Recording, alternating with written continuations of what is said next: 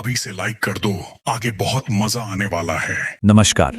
दुनिया में बहुत सी डरावनी कहानियां हैं, लेकिन कुछ ऐसी हैं जो सच में हुई हैं। आज हम एक ऐसी ही कहानी की तह तक जाएंगे, एनाबेल गुड़िया की असली कहानी।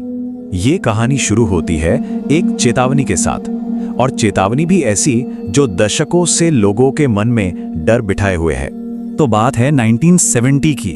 कहानी की शुरुआत होती है एक नर्सिंग स्टूडेंट से जिसका नाम था डोना। तो डोना अपनी रूममेट एंजी के साथ रहती थी। उसे गुड़ियों का बहुत शौक था, और हुआ ये कि उसकी माँ ने उसे एक एंटीक मतलब एक पुरानी रैगडी एंड डॉल तोहफे में दी। डोना को वो गुड़िया इतनी पसंद आई कि वो उसे एक दोस्त की तरह मानने लगी। उससे बातें करती, अपने साथ सुलाती। उसे बिल्कुल भी अंदाजा नहीं था कि ये प्यारा सा तोहफा असल में एक भयानक सपने की शुरुआत होने वाला था। लेकिन ये जो सब कुछ नॉर्मल चल रहा था ना, ये ज्यादा दिन तक नहीं चला। बहुत जल्द उस अपार्टमेंट में कुछ अजीब, कुछ ऐसा होने लगा जो परेशान करने वाला था। सबसे पहले डोना और एंजी ने जो चीज नोटिस की वो ये थी कि वो गुड़िया अपने आप हिल रही थी। मतलब जब वो कॉलेज के लिए निकलती तो गुड़िया को डोना के बेड पर छोड़कर जाती, और जब वापस आती तो वो गुड़िया उन्हें किसी दूसरे कमरे में सोफे पर बैठी मिलती। और ये तो बस शुरुआत थी।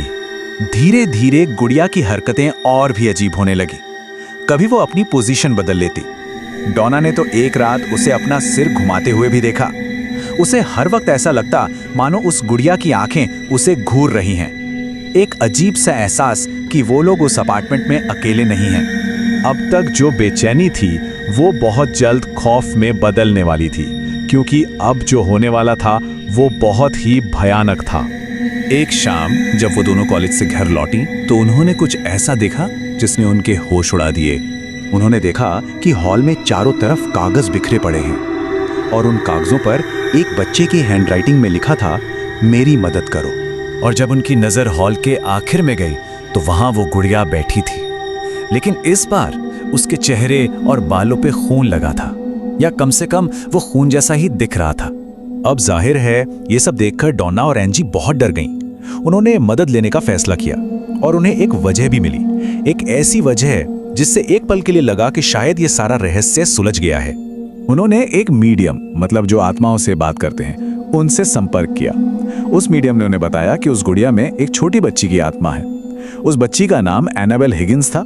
7 साल की थी वो, और उसी अपार्टमेंट के पास एक एक्सीडेंट में उसकी मौत हो गई थी। आत्मा ने कहा कि वो डोना और एंजी के साथ खुद को सुरक्षित महसूस करती है और बस उनके साथ रहना चाहती है। अब एनाबेल की ये दुख भरी कहानी सुनकर डोना और एंजी को उस पर दया आ गई। उन्होंने फैसला किया कि वो उस आत्मा को गुड़िया में रहने देंगे। आखिर एक 7 साल की बच्ची की आत्मा भला क्या ही नुकसान पहुंचाएगी। लेकिन यह फैसला उनकी जिंदगी की सबसे बड़ी गलती साबित होने वाला था, क्योंकि जिस चीज को वो एक मासूम बच्ची की आत्मा समझ रही थी उसका असली और खौफनाक चेहरा अब सामने आने वाला था। यहाँ कहानी में एंट्री होती है एंजी के बॉयफ्रेंड लू की। लू को वो गुड़िया शुरू से ही बहुत अजीब लगती थी। उसने कई बार डोना और एंजी को चेतावनी भी दी कि उस गुड़िया में कुछ तो गड़बड़ है, और लू का शक बिल्कुल सही निकला। एक रात लू के साथ कुछ बहुत ही भयानक हुआ। वो नींद में था जब अचानक उसे लगा कि उसका शरीर हिल भी नहीं पा रहा, जैसे उसे लकवा मार गया हो। और फिर उसने देखा वो गुड़िया उसकी छाती पर बैठी थी और उसका गला घोंट रही थी। वो जैसे तैसे बेहोश होने से बचा। और यही नहीं, एक दूसरे मौके पर जब उस पर फिर हमला हुआ तो उसकी छाती पर गहरे खरोचों के निशान बन गए थे। अब ये बात साफ हो चुकी थी। इन हमलों के बाद उन्हें समझ आ गया कि ये मामला उनके कंट्रोल से बाहर हो चुका है। तब उन्होंने मदद के लिए कांटेक्ट किया उस समय के सबसे मशहूर पैरानॉर्मल इन्वेस्टिगेटर्स को, एड और लोरेन वॉरेन।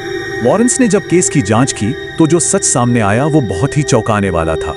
उन्होंने बताया कि गुड़िया में किसी बच्ची की आत्मा नहीं है, बल्कि ये एक शैतानी ताकत है, एक डीमन है। इसने एक मासूम बच्ची की आत्मा होने का नाटक सिर्फ इसलिए किया ताकि ये डोना और एंजी का भरोसा जीत सके। इसका असली मकसद डोना के शरीर पर कब्जा करना था। तो जब ये असली सच सामने आया, वॉरेन्स ने इस खौफ को खत्म करने के लिए फौरन एक्शन लिया। उन्होंने सबसे पहले उस पूरे अपार्टमेंट का शुद्धिकरण किया, मतलब एक तरह का एग्जॉर्सिज्म किया, और फिर वो उस गुड़िया को अपने साथ ले गए ताकि वो और किसी को नुकसान ना पहुंचा सके। और इसके बाद डोना, एंजी और लू की जिंदगी में फिर कभी कोई ऐसी अजीब घटना नहीं हुई। उनके लिए वो बुरा सपना आखिरकार खत्म हो गया। लेकिन ये कहानी हमें एक बहुत ही डरावने सवाल के साथ छोड़ जाती है। सोचिए, अगर वॉरेन सही समय पर नहीं आते, अगर उस शैतानी ताकत का असली मकसद कभी सामने ही नहीं आता, तो डॉना का क्या होता।